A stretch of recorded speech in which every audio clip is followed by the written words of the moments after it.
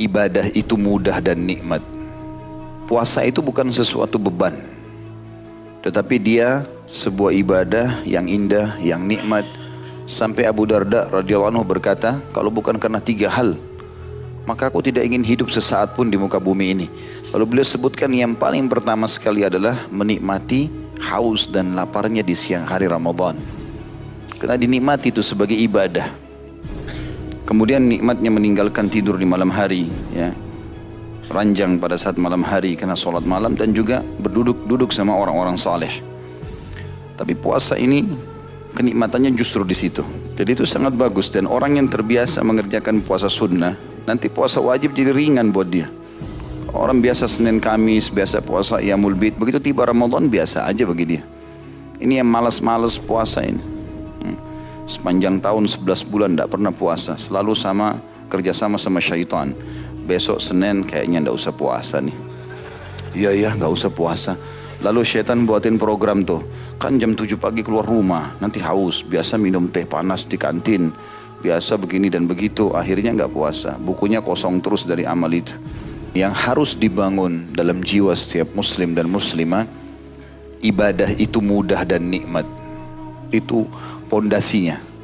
Sehingga tidak ada kejenuhan, tidak ada merasa malas, tidak ada merasa berat dengan ibadah.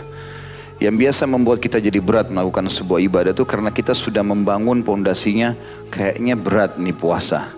Sebulan gak makan dan minum.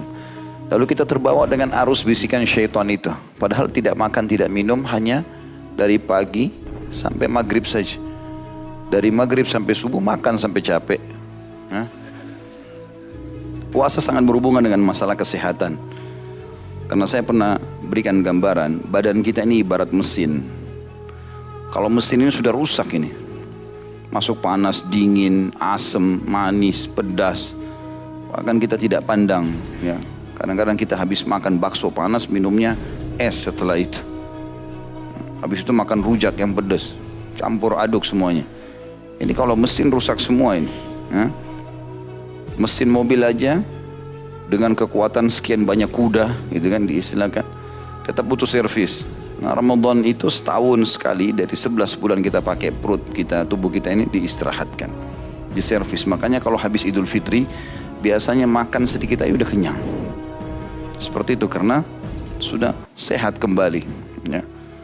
Maka jangan jadikan beban puasa itu. Itu yang saya ingin titik beratkan di awal. Pondasinya puasa dan ibadah yang lainnya semuanya nikmat dan mudah.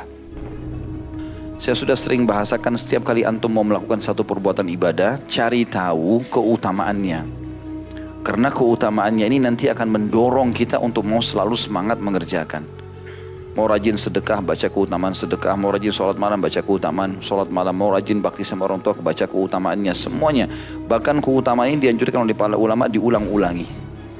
Karena kan ada sebuah hadis, kita tersentuh justru setelah 7 kali dibaca, 10 kali dibaca. Wajar itu, ya.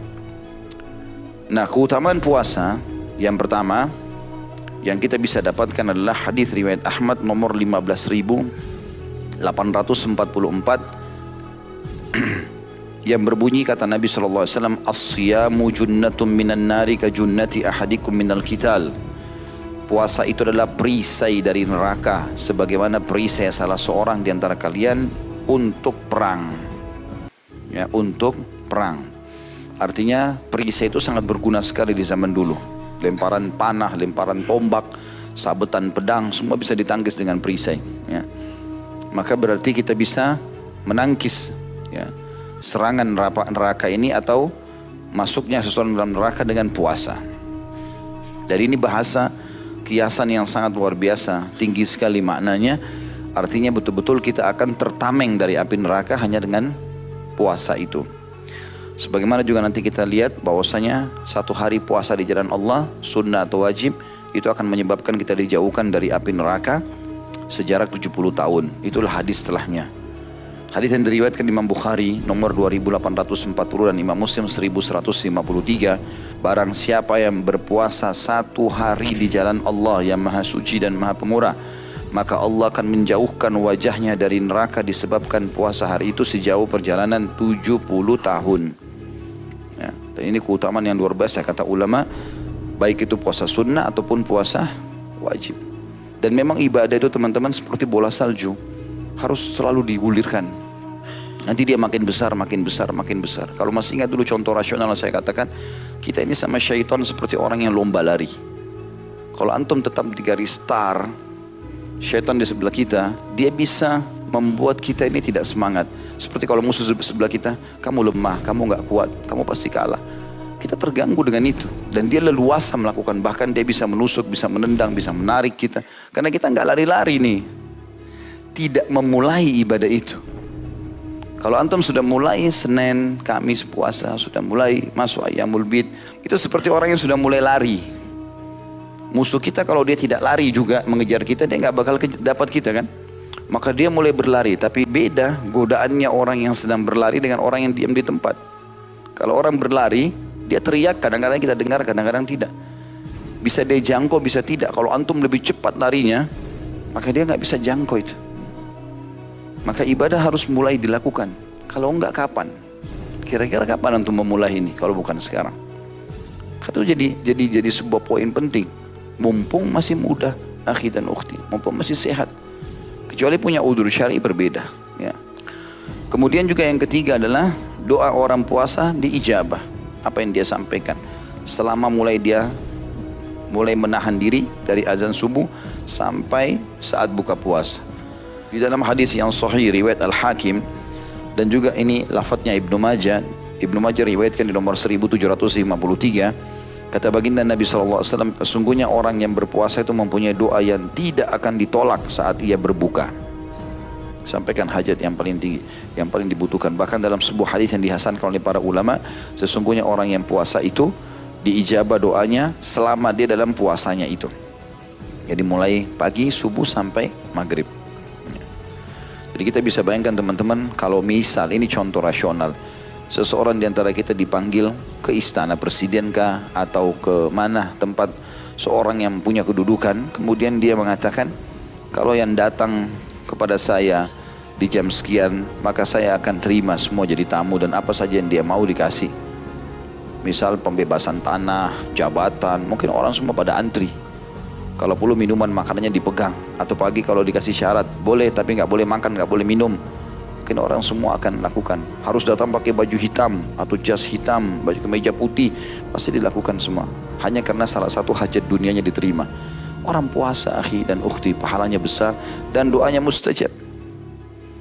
Langsung Allah SWT terima. Kalimat Nabi SAW tidak ditolak, artinya pasti diterima.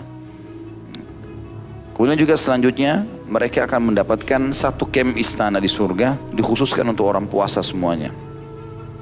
Sebagaimana dalam hadis Bukhari di nomor 1896 dan Imam Muslim juga menyebutkan di nomor 1152. Inna fil jannati baban yuqalu lahu ar-rayyan yadkhulu minhu as-sa'imuna yawmal qiyamah la yadkhulu minhu ahadun ghairuhum yuqalu ayna as-sa'imun fayaqumun la yadkhulu minhu ahadun ghairuhum fa idza dakhalu ughliq falam yadkhul minhu ahad. Sesungguhnya di dalam surga itu terdapat sebuah pintu yang disebut Ar-Rayyan. Orang-orang yang berpuasa masuk ke dalam surga pada hari kiamat melalui pintu itu dan tidak ada seorang pun selain mereka yang masuk melalui pintu tersebut. Ditanyakan di manakah orang-orang yang berpuasa, maksudnya rutin berpuasa. Kemudian mereka berdiri dan masuk melaluinya tanpa seorang pun selain mereka. Jika orang-orang yang berpuasa telah masuk, pintu tersebut ditutup sehingga tidak ada seorang pun selain mereka yang bisa masuk melaluinya.